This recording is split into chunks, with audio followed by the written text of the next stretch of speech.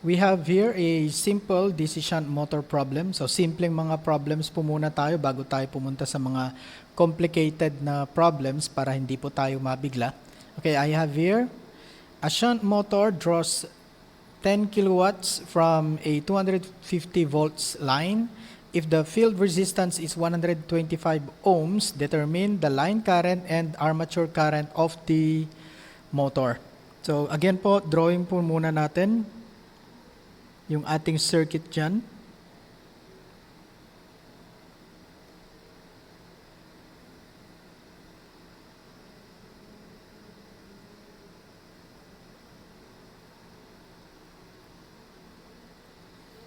Ngayon, yung power input po natin, that is 10 kilowatts. Then, the terminal voltage is given as 250 volts. So, lagyan po natin yung positive and negative niya.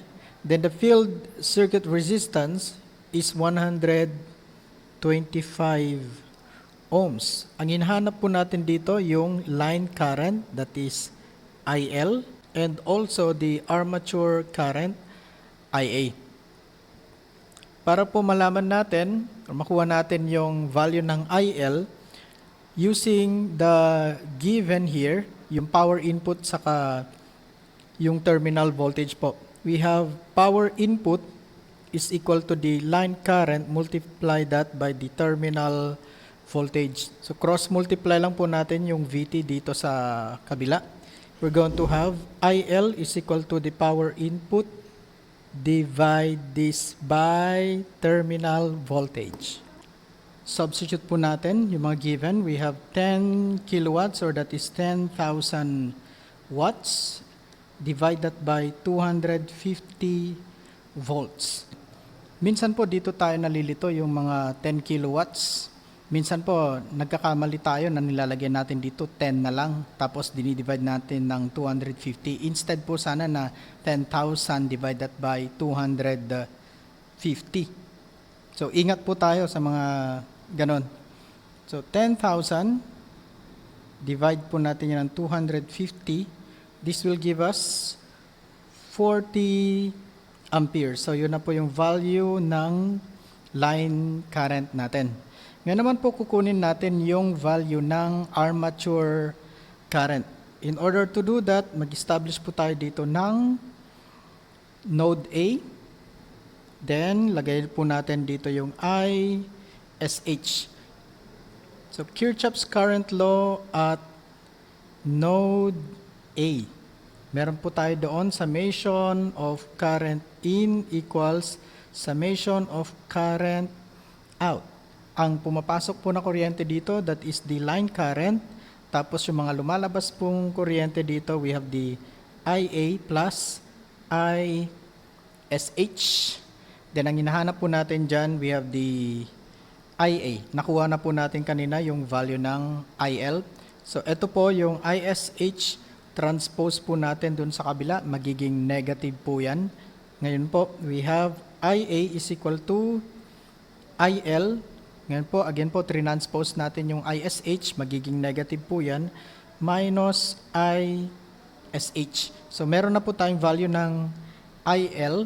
Kunin po natin yung value ng ISH. To determine the value of ISH, we have VSH all over RSH.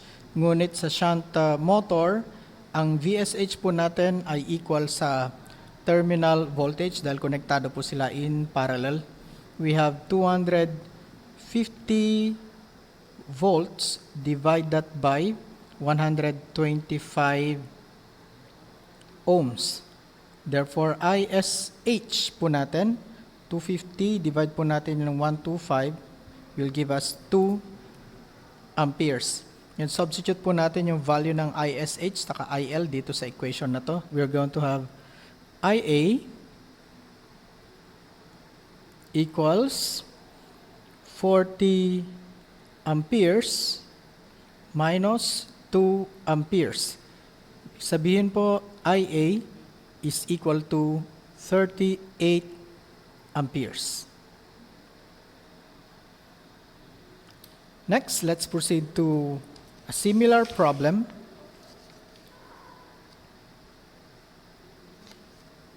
We have here a shunt motor draws 6 kilowatts from a 240 volt line.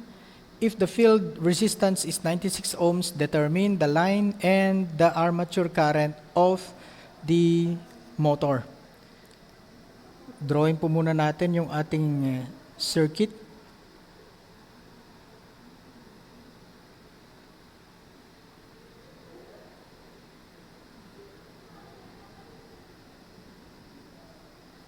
Yung power input po natin dyan, we have 6 kilowatts. And yung terminal voltage natin, we have 240 volts. Ngayon po yung field circuit resistance natin is 96 ohms. Ang hinahanap po natin dyan, we have the line current and also the armature current. So, lagyan na rin po natin dito yung ISH. Unahin natin makukuha yung IL. IL, yung formula ginamit po natin kanina using the power formula. Dito po sa input natin, we have power input divided by the terminal voltage. So, 6 kilowatts or that is 6,000 watts. Divide po natin ito ng 240 volts. Yung value po natin dyan, 6,000, divide yan ng 240 volts, will give us 25 amperes. Yan yung value ng IL. Ngayon naman po, kunin natin yung value ng armature current. Again po dito, mag-establish po tayo ng node. We have there, KCL at node A. Summation of current in equals summation current out.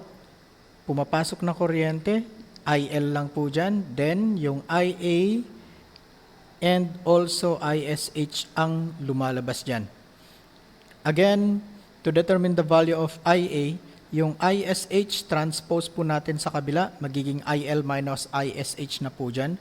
So, IA equals IL minus ISH. So, given na po, nakuha na po natin yung value ng IL, kunin po natin yung ISH. Again, the formula for ISH is VSH, or that is the terminal voltage divided by RSH. So, ISH equals 240 volts. Divide po natin yan ng 96 ohms. So, ISH po natin, we have there 240 divided by 96. That will give us 2.5 amperes. Then, substitute po natin yung mga values ng IL and ISH sa equation na yan. We have IA equals 25 amperes minus 2.5 amperes. Therefore, IA is equal to 22.5 amperes. Take note po, no, yung sa mga motor, mas mababa po yung value ng IA compared po dun sa value ng ating mga IL.